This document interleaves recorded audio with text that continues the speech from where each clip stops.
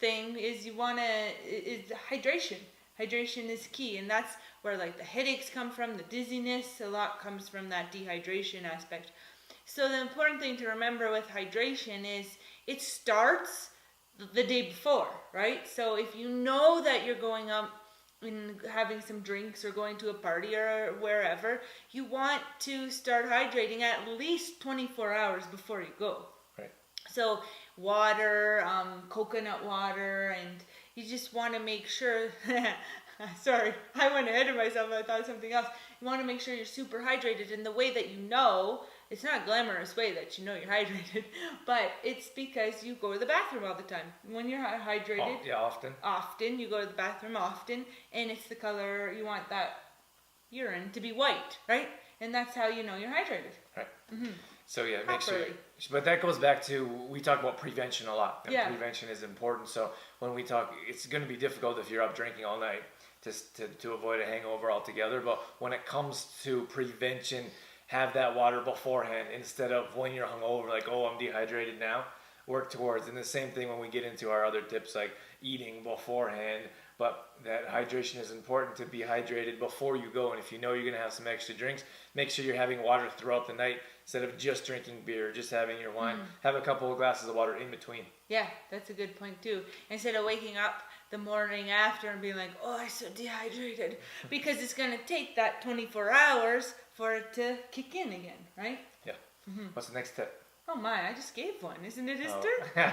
I gotta go with food. Food, we know food. You guys know we love food. Food cures, food prevents, food heals, especially in this situation. So I would go back to prevention.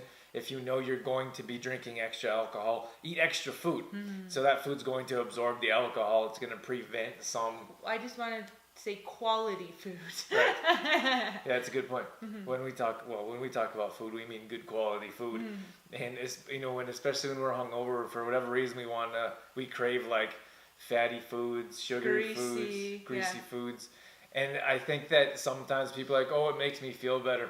But it doesn't. No, it makes it worse. It makes it worse. That's the same thing as when you wake up and you're like, oh, just have a beer. It makes your hangover feel better. It doesn't. It just prolongs the hangover from setting in.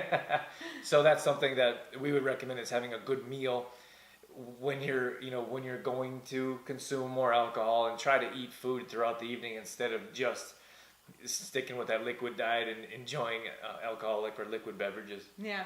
And let's jump in now. So we kind of talked about prevention, what you can do before the big night. But let's talk about the morning after. Sure. So when you wake up and you've had too many, just make sure you get up, get moving, even if you can get in a walk or a light run or something to get your body moving again. It makes it worse when we just lay around all day.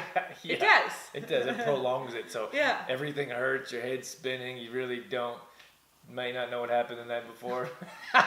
You don't want to move, so you lay there in the fetal position. What makes it worse? Mm-hmm. So when you get up and you get moving around and you maybe breathe some fresh air, get the blood flowing, it makes it so much better. It doesn't feel like it at the time, but it'll shorten your hangover and make you feel better in the long run. Yeah, try to get outside, like Drew said. Have a shower. Yeah, as soon as you can. As soon as you can.